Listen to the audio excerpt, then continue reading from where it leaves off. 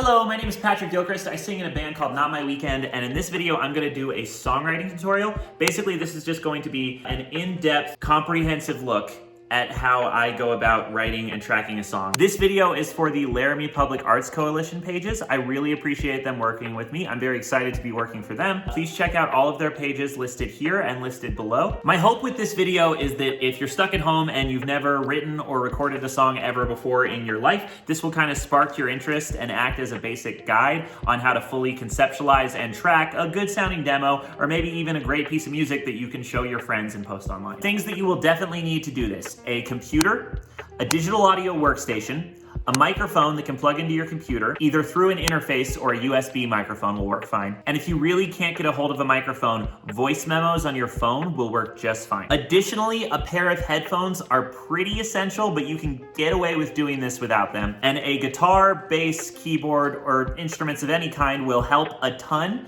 but they're not essential to making a great pop song. So there are tons and tons of free options when choosing a digital audio workstation. The program I'm using, Reason, is free for 30 days right now. I will leave a link to that in the description as well. So if you would like your screen to look exactly like what I'm doing here, I would recommend using Reason. Otherwise, a couple other industry standards like Pro Tools and Ableton Live both have free versions available right now, and GarageBand or Audacity would work just fine. Sometimes when I write a song, I'll get inspired, and when I'm inspired to write a song, basically I'll plan the whole thing out in my head, or I'll sit down with my acoustic guitar until I have a structure that I feel happy about. But I'm not explaining that. This video is if you just want to open up your computer, go in with no idea at all, and 4 hours later have a fully fleshed demo. I'm gonna try and keep this video to 10 steps, and in addition to those ideas, I'll leave links below underneath each step of the process that go even more in depth than I do. So let's say you've literally never done any of these things and my video isn't helping you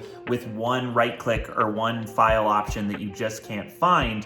Hopefully those videos will. Okay, so I've opened up Reason. I've saved this as LPAC song onto my desktop, and it's a totally blank slate. The very first thing we're gonna do is we're gonna find chords that we like and chords that we can begin to make our song around. Don't be afraid to borrow chords from a song you already like. There's no such thing as stealing chord progressions. Every chord progression that could possibly happen has already been done by every music artist. We're just getting started. I really like how Rhodes pianos sound, so I'm gonna go over here under Factory Sounds, and I'm gonna search for a Rhodes. Rhodes MK1, let's try that. I don't actually play piano, but over the years producing music, I've gotten okay at playing piano on my keyboard here, and that sounds about right. That sounds like pretty much exactly the sound that I want. So I'm going to find the chords that I want on my guitar here, and then I'm going to draw them in to our workflow. And let's draw in 4 bars, and we'll get a little chord progression going. Go A major 7 to D to G to C. That sounds great. That's not literally what those chords are because I've got my capo on the 4th fret, but I'm gonna find those notes. F sharp, A, D. All right, let's plug that in. Yeah, I like that. That sounds about right.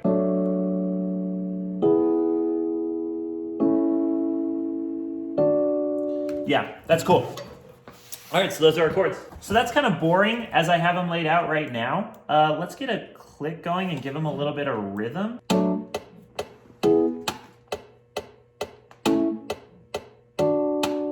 mean, I gotta figure out how I want this to be in my head. So it's like, dun, dun, dun, dun. So wait, I just want to return to this one. Is that all I want?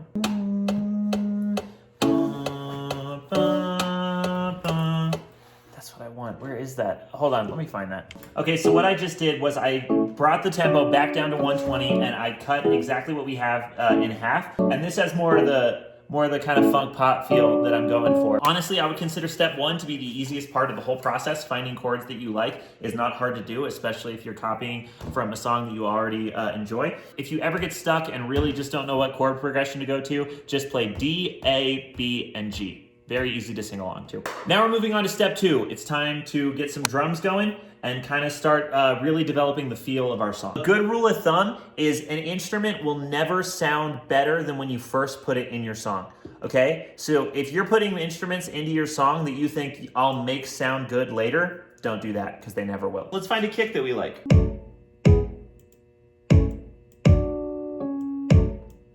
All right, let's find a snare. snare itself has a little more low-end quality than a lot of snares I would normally use. It is kind of nice. It kind of makes it feel like the kick never really stops. I like that. All right, so that's feeling good. I'm gonna go get a hi-hat. I just pulled this from my band Not My Weekend's drum pack. It's a hi-hat that we recorded out in Portland, Oregon. And then I added an open hi-hat at the very end of the whole progression. And I'm already kind of thinking about structure just a tiny bit. So I copy and pasted all of this 1, 2, 3, 4, 5, 6 times. So what it would be, theoretically, is 2 phrases of intro and then 4 bars of verse before we go into either a pre-chorus or a chorus. But for this song, I'm feeling probably a very short pre-chorus. But it feels good though, right? It's starting to feel like a beat. It kind of makes you want to sing. Sunday morning in all-nighter. Yeah, let's establish a pre-chorus of some kind. So let's copy and paste these chords. And I think what we want to do is we want to go from this really bright, happy thing to kind of a minor thing.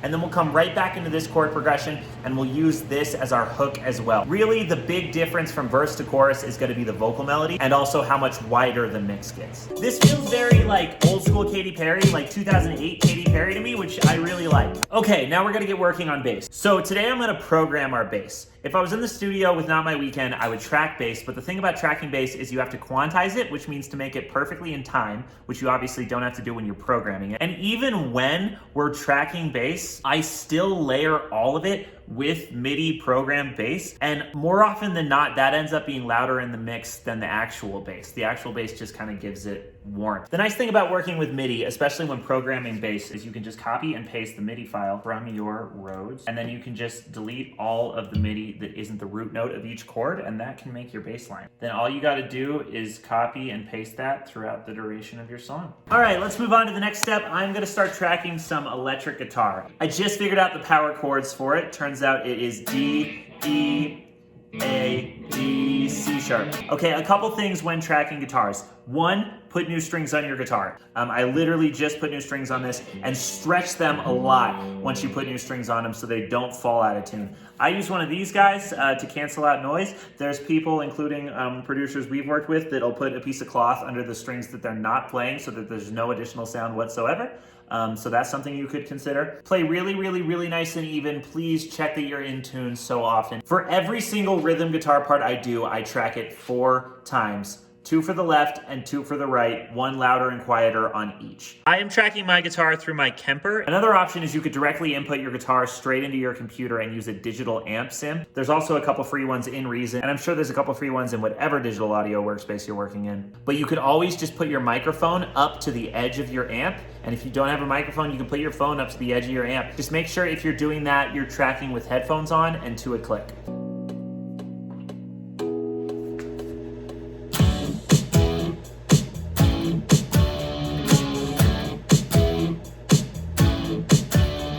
For this song, I don't imagine electric guitar being too loud either. Otherwise, I would dial this in a little better tone-wise, but I think I kind of wanted to act more as a layer. I just came up with a lead guitar part a few minutes ago too, so I'm gonna track that now.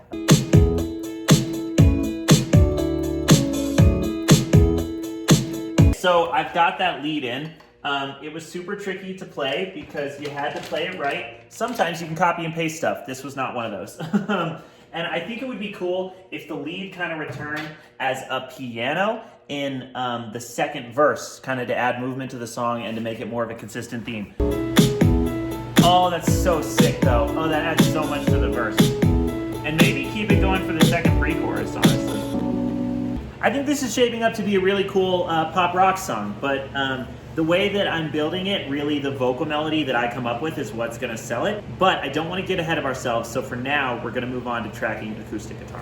I'm actually gonna track the very first chords that we used to figure out what this song was gonna be. Make sure you're in tune, make sure you're doing this in headphones. I recommend tracking all acoustic instruments with a Shure SM57, that's what this mic is right here. But once again, your phone will work or your computer microphone will work if you have to. I'm using my in-ear monitors today, but I prefer over-ear headphones for something like this. Acoustic guitar is not as prevalent as electric guitar, especially in a song like this, but I still do 2, 1 all the way left and 1 all the way right, and then balance those.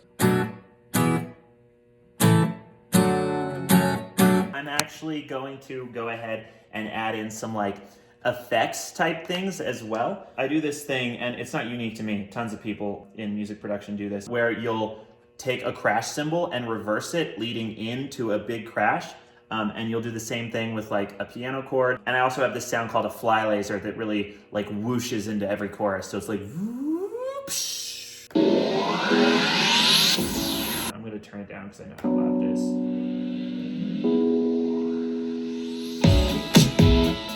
It's little production tricks like this that make your mix sound quote unquote professional. But you know, there's professional punk rock bands out there too that would never do something like this. So. Okay, so I'm gonna level with you for a second. Writing lyrics and melody to your song is, in my opinion, the most difficult part. Especially in pop songs like this, your lyrics and your melody are really gonna sell your tune.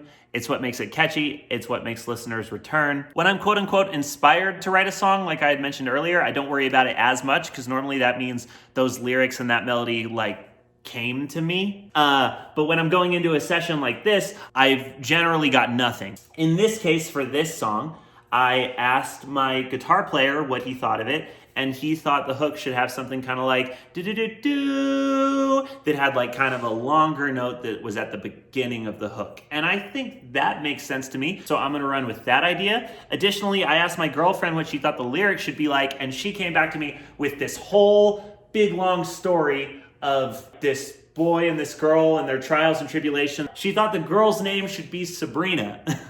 And I love that.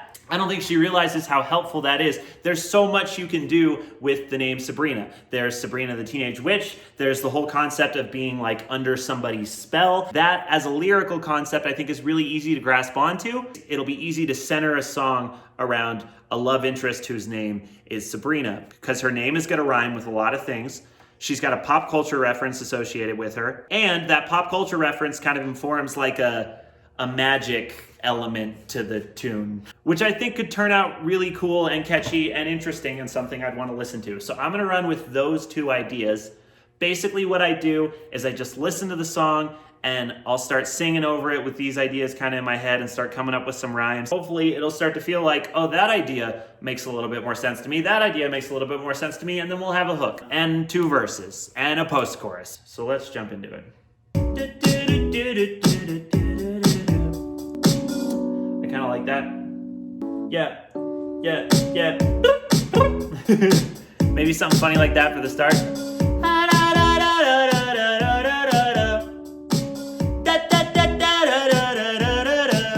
That's kind of cool, right? Like, kind of something simple and catchy and one note at the top, just like, and now we're in the song now. We're meeting Sabrina. It's the very beginning of the song. We're gonna meet Sabrina. I'm meeting Sabrina. I met Sabrina. Yeah, I met Sabrina, da da da da da da.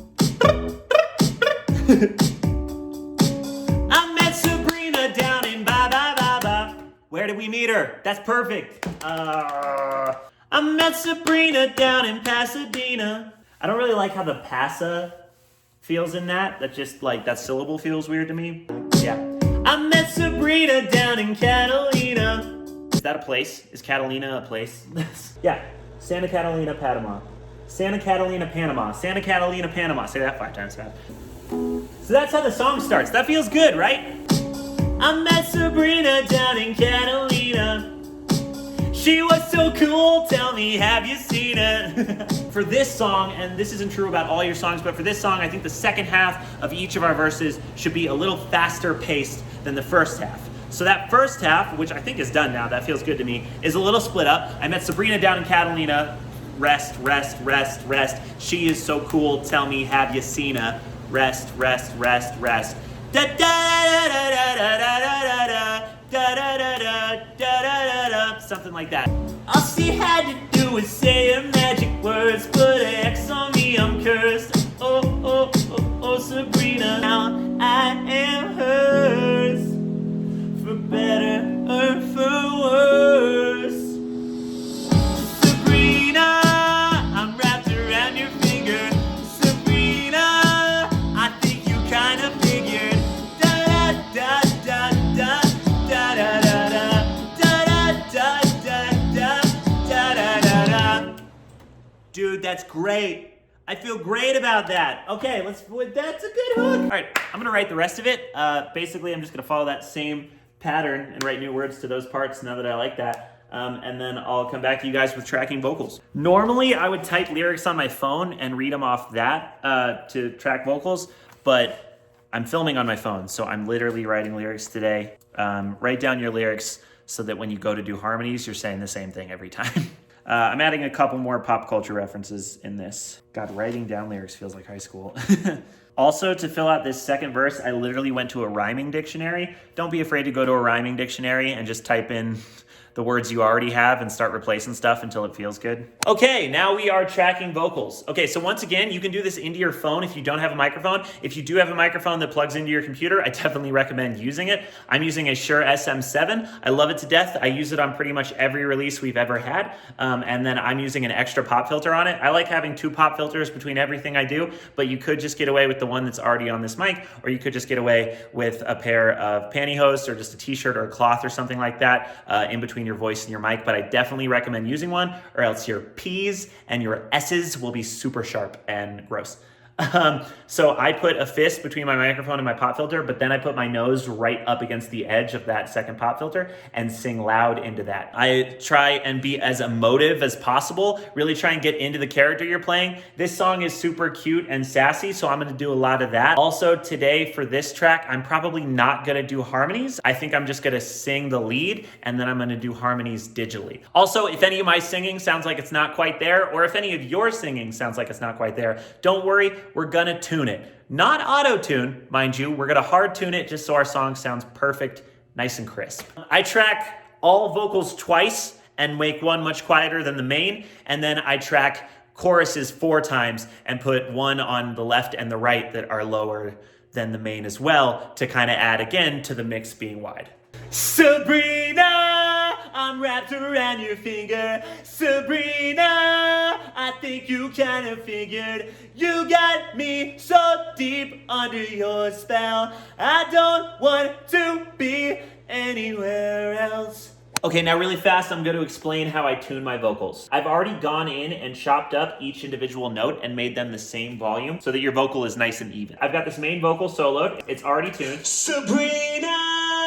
All you do is you double click on it, make sure you have pitch edit selected. This line that you see is the actual note that you're singing. What you want to do is you want to get that as close to the center of each note that you want as you can. As you can see, you can just drag each note anywhere, so you can really make whatever part you want. And if you're singing well enough, you should just be able to select the note and drag this little fine tune area to 0. This is my harmony right here. I didn't actually sing a harmony. I just tuned my main vocal to have each note be 1/3 above the original recording. So it sounds like this. Sabrina, I'm wrapped around your finger. Which is obviously pretty weird, and I would never use that for a main. In this final vocal mix for the hook, Sabrina, I'm wrapped around your finger. Sounds pretty good. Additional vocal editing I've done, and this is true on all of the vocals, is I have a compressor running. You can use any compressor you'd like. I put my input about here, I put my output about here, I put my attack about here, and I put my release all the way up. I also have my vocals EQ'd pretty drastically. I have all the lows cut, and I bumped this 5.6 kilohertz by 12 dB. And it sounds really sharp on its own, but in the mix, it kind of sits right where I want it to, which is on top of everything else. Sabrina, I'm wrapped around your finger. Sabrina, yeah, sounds a lot better than when I tracked it. On the harmony, I also have an additional auto-tune software running. I would never, ever, ever do that on a main. It's just for the purposes of that digital harmony. Once again, I've got a vocal dub that is just identical to the main. Sabrina! I've got 2 additional hook left and hook rights that only appear on the chorus of the song. One is panned all the way left, one is panned all the way right, and that just helps make our mix a little wider. So yeah, that's all the vocal effects I have going on. I put a chorus on these affected vocals for the end of the song.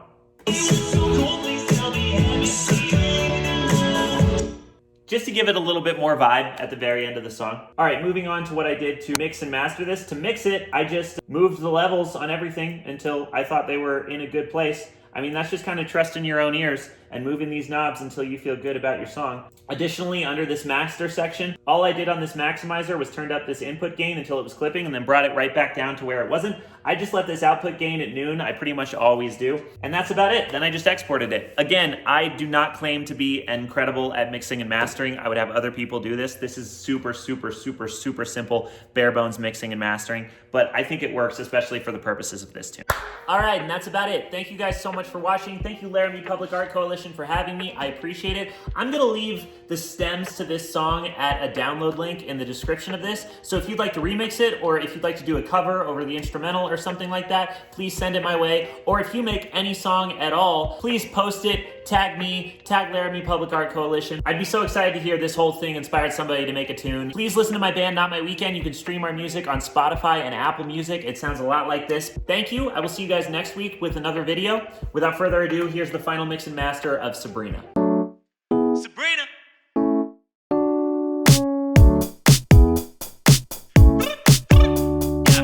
I met Sabrina down in Catalina.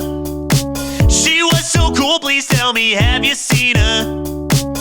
All she had to do was say her magic words. Put a hex on me, I'm cursed, putting me right through the works. And now I am hers, for better and for worse. Sabrina, I'm wrapped around your finger. Sabrina, I think you kind of figured you got me so deep under your spell. I don't want to be anywhere else. She likes Nirvana, but she loves Madonna. She's always wrapped up in the latest drama. All she had to do was look right at me first, in her black high top Converse, putting me right through the works. And now I am hers, for better and for worse. And now I am hers, for better and for worse. Sabrina, I'm wrapped around your finger. Sabrina, I think you kind of figured